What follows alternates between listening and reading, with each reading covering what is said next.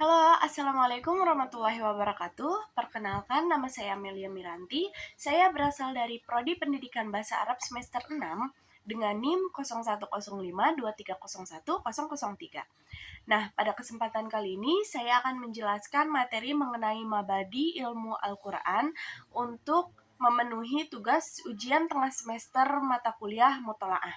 Nah, sebelum membahas lebih jauh, kita itu perlu memahami terlebih dahulu mengapa materi ini penting untuk kita pelajari. Nah, Al-Quran merupakan kitab suci umat Islam yang menjadi sumber utama ajaran Islam. Al-Quran juga tidak hanya dibaca sebagai ibadah, tapi juga dijadikan pedoman hidup dalam berbagai aspek kehidupan, baik dalam bidang akidah, ibadah, maupun akhlak. Nah, karena itu memahami Al-Quran tidak cukup dengan membaca teks saja, tapi juga harus memahami dasar-dasar ilmu yang berkaitan dengannya.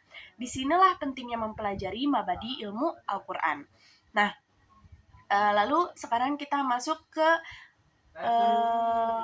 materinya. Jadi, apa itu pengertian mabadi ilmu Al-Quran? Secara bahasa, kata mabadi merupakan bentuk jamak dari mabeda, yang berarti permulaan, asas, atau landasan. Nah, sedangkan mabadi ilmu Al-Quran adalah dasar-dasar atau prinsip-prinsip awal yang harus dipahami sebelum seseorang mempelajari ilmu Al-Quran secara lebih mendalam. Nah, dengan memahami mabadi, kita akan memiliki gambaran yang jelas mengenai ruang lingkup, tujuan, dan metode dalam mempelajari Al-Quran. Terus, ilmu Al-Quran itu sendiri membahas berbagai hal yang berkaitan dengan Al-Quran, seperti proses turunnya wahyu, penulisan, dan pengumpulan mushaf. Terus ada susunan ayat-ayat dan surat, sampai menjelaskan tentang metode penafsiran ayat-ayat Al-Quran.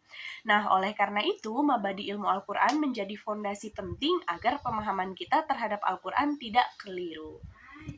Nah, terus selanjutnya itu ada prinsip-prinsip dasar dalam Al-Quran. Nah, dalam setiap ilmu terdapat prinsip-prinsip dasar yang disebut mabadi asyarah, yaitu 10 dasar ilmu. Nah, prinsip-prinsip ini membentuk seorang memahami suatu ilmu secara sistematis. 10 prinsip tersebut adalah, yang pertama itu ada al-had atau definisi, yaitu penjelasan mengenai pengertian Al-Quran.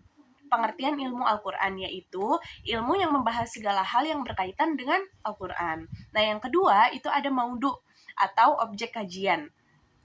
Nah, objek kajian dari ilmu Al-Quran itu ya Al-Quran itu sendiri, baik dari segi teks, makna, ataupun kandungan hukumnya. Terus yang ketiga itu ada as-samroh atau tujuan. Nah, tujuannya adalah agar seseorang mampu memahami isi Al-Quran dengan benar dan mengamalkannya dalam kehidupan sehari-hari. Terus yang keempat itu ada al-fadl atau keutamaan. Ilmu Al-Quran itu memiliki keutamaan yang sangat tinggi karena berkaitan langsung dengan kalam Allah Subhanahu wa taala.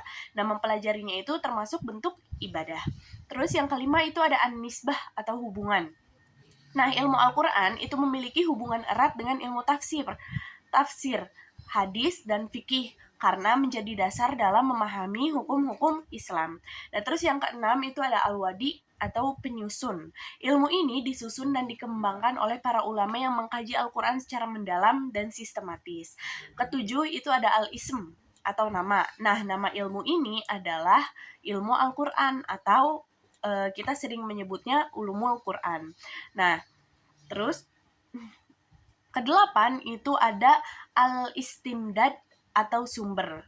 Nah, sumber ilmu ini ya berasal dari Al-Quran, hadis Nabi, serta penjelasan para sahabat atau ulama. Nah, terus yang kesembilan itu ada hukum syar'i. Hukum syar'i ini yaitu mempelajari ilmu Al-Quran itu hukumnya wajib. Nah, terutama dasar-dasarnya agar tidak terjadi kesalahan dalam mempelajari Al-Quran. Terus yang terakhir atau yang ke-10 itu ada al-masail atau permasalahan. Nah, pembahasannya ini meliputi asbabun nuzul, makiyah, madaniyah, nasikh, mansuh, terus ada tafsir ayat juga. Nah, terus selanjutnya Ada nggak sih tujuan dan manfaat kita mempelajari mabadi ilmu Al-Quran? Ada dong. Nah, mempelajari mabadi ilmu Al-Quran itu memiliki beberapa tujuan penting. Yang pertama itu memberikan gambaran awal tentang ilmu Al-Quran, sehingga kita mengetahui ruang lingkup pembahasannya tuh apa aja loh di Al-Quran ini gitu. Terus yang kedua itu membantu kita memahami Al-Quran sesuai kaidah yang benar, sehingga terhindar dari kesalahan penafsiran. Tuh. Terus yang ketiga itu menjadi bekal dasar sebelum mempelajari ilmu lanjutan seperti tafsir.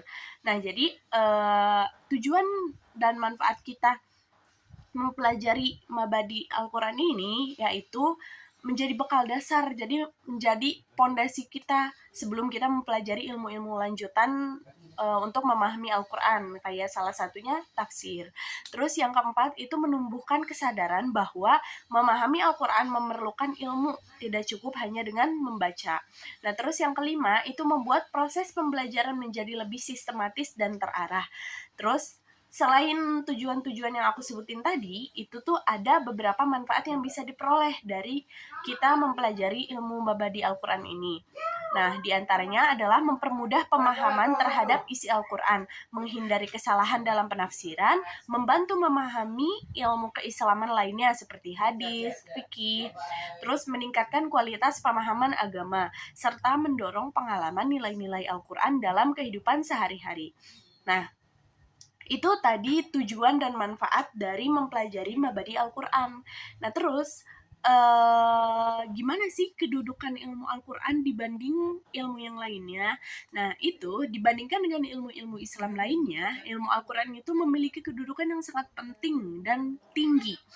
Hal ini karena Al-Quran merupakan sumber utama ajaran Islam. Semua ajaran yang berkaitan dengan akidah, ibadah, dan akhlak pada dasarnya bersumber dari Al-Quran. Selain itu, ilmu Al-Quran juga menjadi dasar bagi ilmu-ilmu keislaman lainnya, seperti tafsir, hadis, dan fikih. Nah, meskipun demikian, bukan berarti ilmu-ilmu Islam yang lainnya tuh nggak penting. Semua ilmu tersebut tuh saling melengkapi. Jadi kayak ilmu Al-Quran tuh berfungsi sebagai pondasi, sedangkan ilmu yang lainnya tuh berfungsi sebagai penjelas dan penguat dalam memahami ajaran Islam secara menyeluruh. Nah, jadi, sebagai kesimpulannya, mabadi ilmu Al-Quran merupakan dasar-dasar yang penting yang harus dipahami sebelum kita mempelajari ilmu Al-Quran secara lebih mendalam. Nah, prinsip-prinsip ini menjadi fondasi agar proses memahami Al-Quran dapat dilakukan secara sistematis, benar, dan sesuai dengan kaidah keilmuan. Nah, mungkin cukup sekian materi dari saya, kurang lebihnya mohon maaf. Billahi taufiq wal hidayah. Wassalamualaikum warahmatullahi wabarakatuh. Bye bye.